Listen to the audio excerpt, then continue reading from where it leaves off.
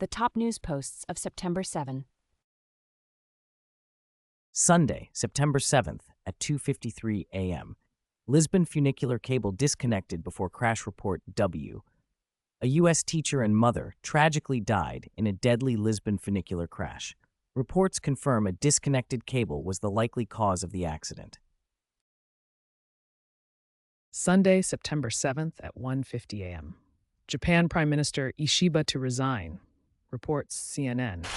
Japan's Prime Minister Shigeru Ishiba is resigning. Reports indicate the move follows an election debacle, aiming to prevent a split in his ruling party. Sunday, September 7th at 1:24 a.m. Undersea cables cut in the Red Sea, disrupting internet access in Asia and the Mideast. AP News. Multiple undersea cables cut in the Red Sea are causing internet disruptions across Asia and the Mideast, impacting Microsoft's Azure cloud services. Sunday, September 7th at 1:13 a.m. Russia's largest air attack on Ukraine sets fire to main government building, Reuters. Russia launched its largest air attack on Ukraine, striking a main government building in Kyiv for the first time. This significant escalation marks a new phase in the conflict. Sunday, September 7th, at 12:37 a.m. Thousands march in D.C. against Trump's law enforcement takeover. The Washington, D.C. residents are protesting the federal law enforcement takeover and troop deployment. Thousands march, demanding an end to the crackdown and National Guard presence. Sunday, September 7th at 12:34 a.m.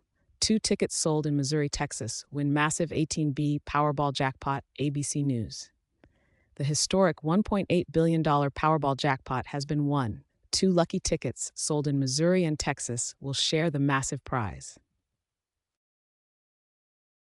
Saturday, September 6th at 10:20 p.m. Trump administration begins new ICE operation in Massachusetts, The Guardian. ICE launches a controversial new operation across Massachusetts. Critics call this surge an unconstitutional attack, marking a significant hardening of deportation efforts in New England. Saturday, September 6th at 9:45 p.m. LAPD stops security services for Kamala Harris, The New York Times. LAPD has ended protection for Kamala Harris. This followed Trump's earlier cancellation of her Secret Service detail amid criticism over diverting local police. Saturday, September 6th at 9:35 p.m. South Korea says US release of video showing workers' arrest was regrettable, Reuters. U.S. agents arrested South Korean workers at a Georgia Hyundai plant.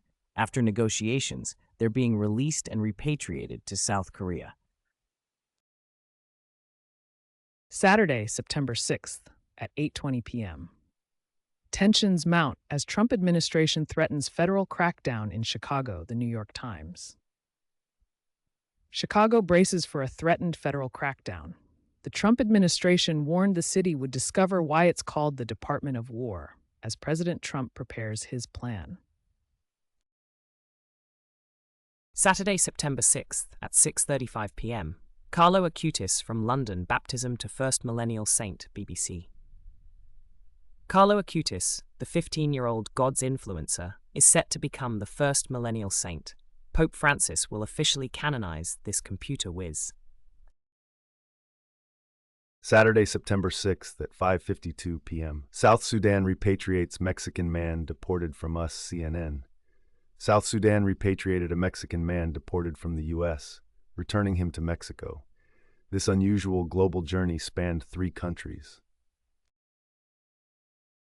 Saturday, September 6th at 3:29 p.m.